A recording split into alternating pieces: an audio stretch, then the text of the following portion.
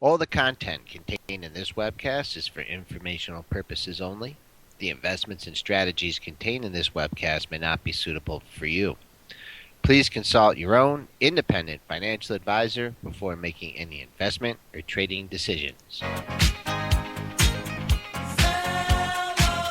good times, come on. Let's celebrate.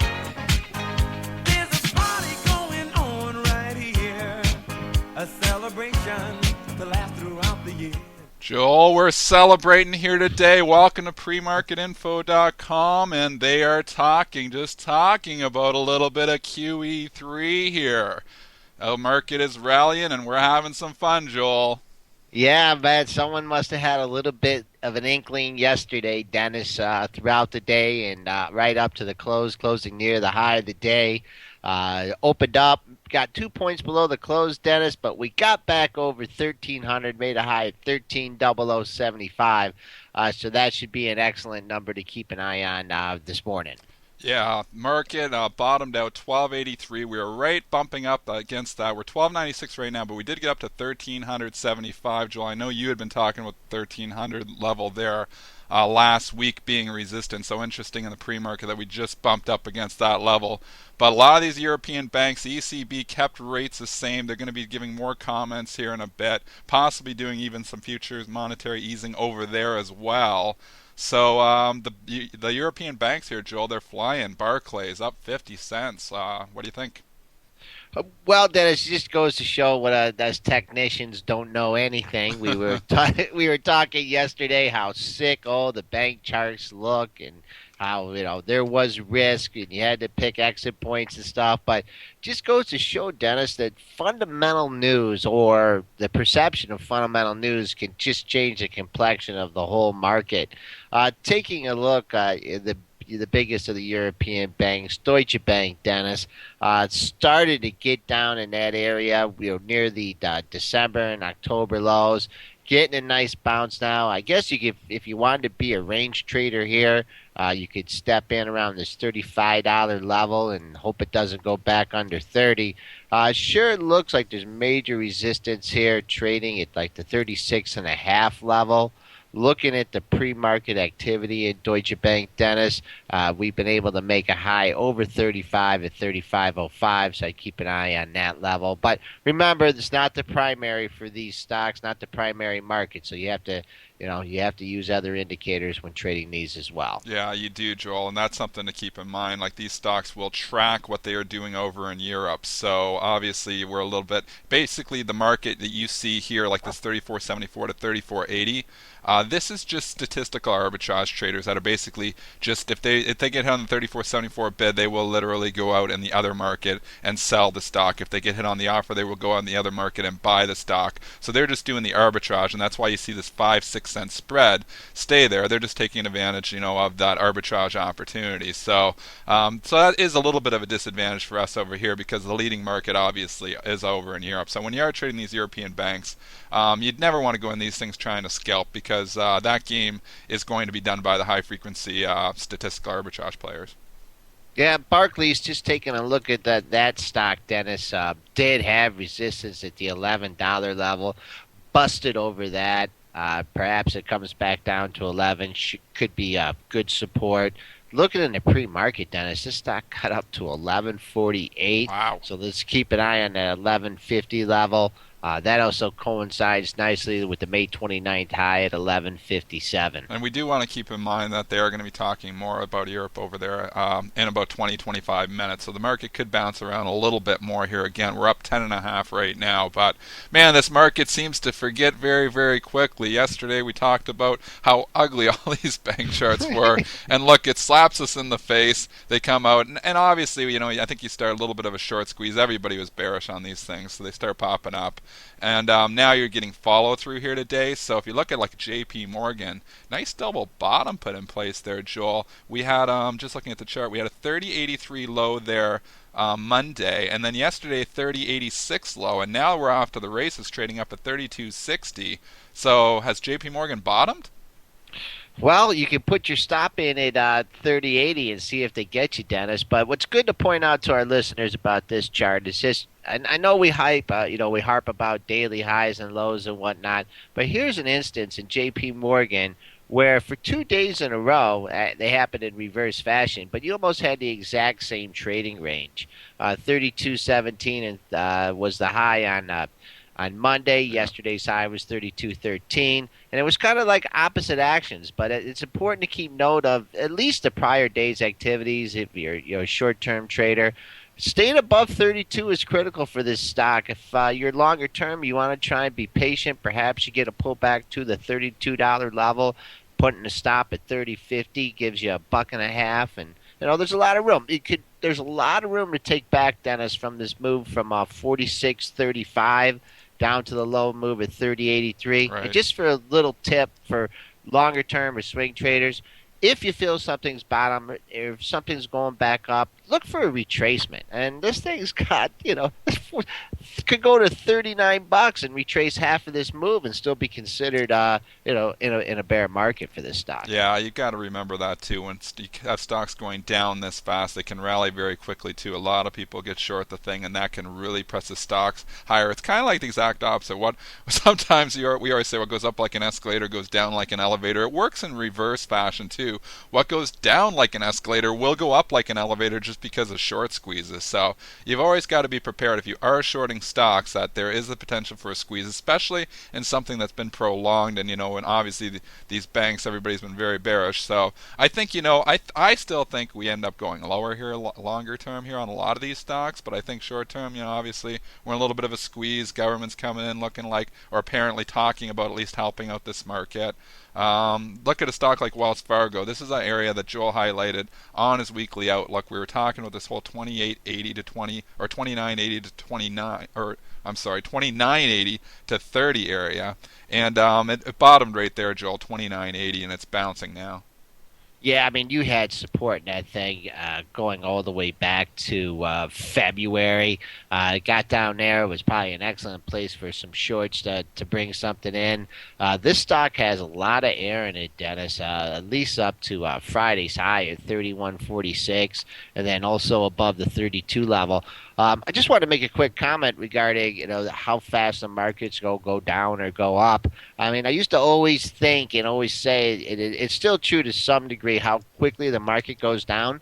But now the computers have taken over the market, Dennis. They don't care if the market's going up or down. No, And they'll move it. You're right. they'll move it. And in the market, if you get caught some of these things short, I mean, there's just the way these computers are jumping bids and the algorithms. I mean, it's almost equal. I might have to stop using that saying soon. Yeah, Joel, and you're exactly right. When the momentum gets going and the computers start jumping on board, they can push prices to ridiculous levels very, very quickly. So that's something to keep in mind. That it's not. We used to always say what's going up always seems to find a seller, but man, these things can really move sometimes here.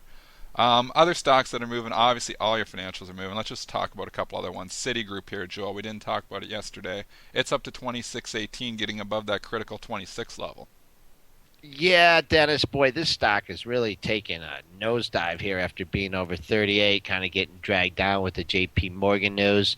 25.88 was yesterday's high, so if you get pulled back here maybe to the $26 level, to be looking for support. It's only 15 cents away from there. Just want to alert our listeners to some of the pre-market activity.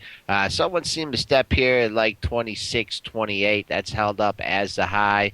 The recent low is 26.10. So keep an eye on those. That's a pretty tight range for this stock, but keep an eye on that 26.28 level. I think we get above there, you have some room to run, perhaps closer to 27. Bank America trading up to Joel $7.24 right now after closing at 7.10.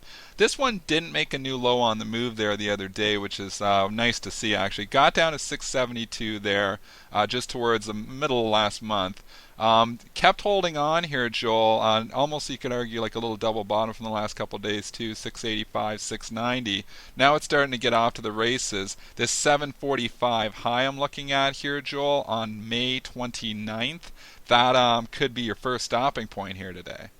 Yeah, and the following day you had a high at 741 too. So that whole 745 area would be critical. Looking at the pre-market activity, you did get a bounce just short of that 736. It's found a home here right at the 725 level. I was looking at this thing while one of our listeners, wanted some custom level analysis on this, and I was looking at the chart just about a week ago, and I was thinking $7. This is a place where we've had a sell off from 10. Here's 7. Buy it here. Put a stop at 650 to just ground in that area for a long time. Now we're still only 24 cents for it. So if you think this thing is going to have a 50% retracement from the $10 move, it goes back to 850. I think you have a good risk reward ratio here. Right, that can make sense too. Um, just wanted to talk about yesterday with being such a strong day. Coke and Pepsi actually were weak yesterday, so we talked about this whole sector rotation thing. This is a risk on day too, obviously, at least right now, being up 10 points. Yesterday, we had a decent rally, but Coke actually was trading down and closed down. Pepsi as well. Some of your defensive stocks, believe it or not, when the market is strong, these stocks actually go down because it's all this sector rotation. When money's coming out of one sector, going into another sector, and when the stocks are moving up higher, they take them out of those defensive names, the money out of the defensive names like Coke, like a Pepsi, and move it into the financials and the cyclicals and the oil stocks and whatever else has a little bit riskier or higher beta. So Coke and Pepsi didn't have a great day yesterday, Joel. Just wanted to highlight that for our listeners. Yeah, I see it trading up in the pre-market here, Dennis. But I mean, what I'm seeing on my quote system is not very many shares. So, opening up into a double top yesterday. So, if you had a stock that was down yesterday, now you have an up market. If this thing opens up around the 73.65 to 73.75 level, there's two tops in there, Dennis. That'd be one that would be a little bit tempting. I don't think it's going to open up that high. What's your current bid offer in that? And Coke 73.54, 73.94. So, but Yeah, 74 bucks. I'm starting to see a little bit of size for them there too, Joel. I like that area, that 74 area as a potential short area too. Just yeah. in I front don't of think that. Yeah, I don't think it's going to get up there. May not. Looking at the Pepsi chart here, also you're running into some resistance here at the 60. Actually, you've had three highs between 67.43 and 67.65. So there's probably someone trying to wiggle out of a trade here at 67.50. So I'd keep an eye on that entire area as well. Chart kind of starting to look broken too, because you could draw a trend line here. We've started trading below that trend line. It's hung out there for a couple days towards the upper end of the trend line. Now it's starting to break down. So I think you're right. I think maybe rallies to be sold in this one too. You wanted to highlight ExxonMobil, Joel. Yeah, I mean, this thing didn't act very well yesterday at all. It actually made a new low of the move at 77.13. Obviously, someone's been hunkering down with the bids under 77.50. Three lows under that area. Now you're getting a bounce in the pre-market. Like to keep an eye on right where we're opening up here, 78.25 to 78.29. That's a double top. That's a very good number for this stock. Keep an eye on that. Don't be surprised if you open up to there and you get a little bit of a dip. If you get a dip back to the $78 level, probably might be a low risk short at that area. But really, above the 78.29, Dennis, I wouldn't want to be short this No, thing. Really a lot of air. Yep. A lot of air. Whenever we say a stock moves through this area so quickly, it can retrace through that area just as quickly. And you had that move from 4 sessions ago, from 80.14 down to 78.63. It could easily, if it starts to get back up over these couple of highs there that it made the last couple of days, start to move up through that area and fill that area very, very quickly. So you got to be careful if you are short this issue. If it does start trading above those levels that Joel was just citing, especially that 78.50 level, there's not much between 78.50 and 80. Similarly, this Chevron Corporation. I mean, this thing looks like it's just coiling up here. $97. You had 97.14 and 97.29 as Mondays and Fridays highs. Tuesday's high was a little bit below that level at 96.87, but above this 97.30 level, we have traded above it in the pre-market. Wide open, Dennis. Get your orders out at 99 if it clears 97.30. And it's not all good times today for everybody here, Joel. Tempur-Pedic, which is TPX, the stock is absolutely murdered in the pre-market here. They lowered guidance. The estimates were $3.93. They said they're going to make 270, so a huge miss here. This is a stock in April that was trading up at $86 or $87.43. It is trading at 480 right now. So if you think this mattress maker company is conservative, I guess not, Joel. This thing is getting rocked. I can't believe how bad this is getting beat right now. God, yeah, Dennis, this stock is getting laid out for sure. Oh, Joel, I go out to the weeklies. I got a weekly chart there for you. I'm on the monthlies, Oh, you're buddy. on monthlies. I'm one step ahead of you. Well, there's a couple things to note here, Dennis. Started out of the Avalanche started at 42. You had a little dip to 26 before a slight recovery to 28. But now, Dennis, this thing is just coming straight down off 28, no bounce. Because a lot of times we talk about these moves and we talk about a low and then some consolidation.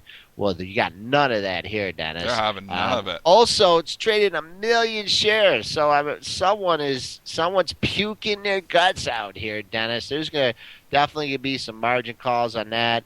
I'm going to the monthlies here, Dennis, and we are now trading 23.50. That's where I'm a buyer. 23.50. You're calling a bottom? Something just fell $20 and you're going to call a bottom.